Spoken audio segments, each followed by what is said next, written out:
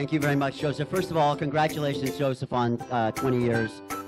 This is amazing. You know, everybody knows that Joseph is somebody that we see at every single Chinese community event. He has actually documented probably more footage about the Chinese Toronto community than anybody else. It definitely deserves to be archived in a university. You know, there are studies, even at the University of Toronto, that are taking place. Actually, most of us in the room, especially those who are from Hong Kong, you may not remember it as being history, but there's something called the Cross Currents program at the University of Toronto, which actually archives and studies the 1980s and 1990s immigration from Hong Kong to Canada. So it's now a part of history. When Joseph asked me to speak about something today, I thought, you know what, this is kind of like a high school reunion. I mean, we all know each other here. But I wanted to talk about something that I don't normally talk about publicly. People do know about it, but I mean, it's not something I normally talk about. And there's sort of three messages that I want to give about, leave you with.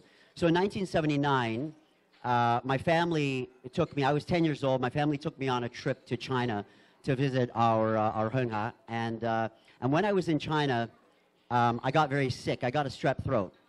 And a lot of people have had strep throat here, right? You get strep throat, your doctor gives you a prescription of antibiotics, and most people, the moment you start feeling better, you stop taking your antibiotics, right?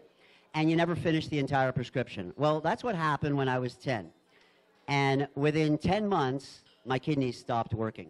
They completely shut down. And I ended up on dialysis when I was 11, 12, 13.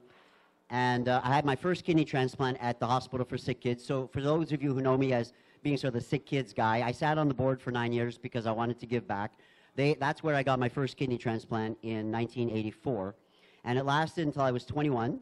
And I went back on dialysis, and I stayed on dialysis for about 7 years. And then I got another transplant, which only lasted 4 years. And then I ended up back on dialysis for another 6 years. And then the last transplant I got was in 2018 from my mother. And it was a live transplant, so it has lasted longer. Okay? And it's, you know, that's a pretty incredible thing. But before that, for those of you who know anybody who has an organ transplant, you do take a lot of medication, which lowers your immune system.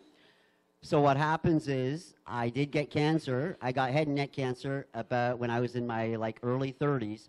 And so there's three messages I want to tell you. If you ever get strep throat and your doctor gives you a prescription, make sure you take all your antibiotics before, so that when the bottle's finished, you actually kill the bug. Because if the bug stays in you, it does some horrible stuff. Number two, sign your organ donor card. Okay, everybody, when you get your license renewed and whatnot, you have an opportunity to sign whether you want to donate your organs or tissue or anything like that. Please sign it. In this country, we have something where you have to also consent. So signing the card is not good enough. You do have to talk to your family members and tell them what your wishes are.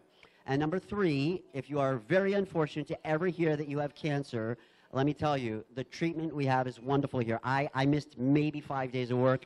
I had surgery, and I was back at it. So it's not like what it used to be. That's it for me, Joseph. Thank you.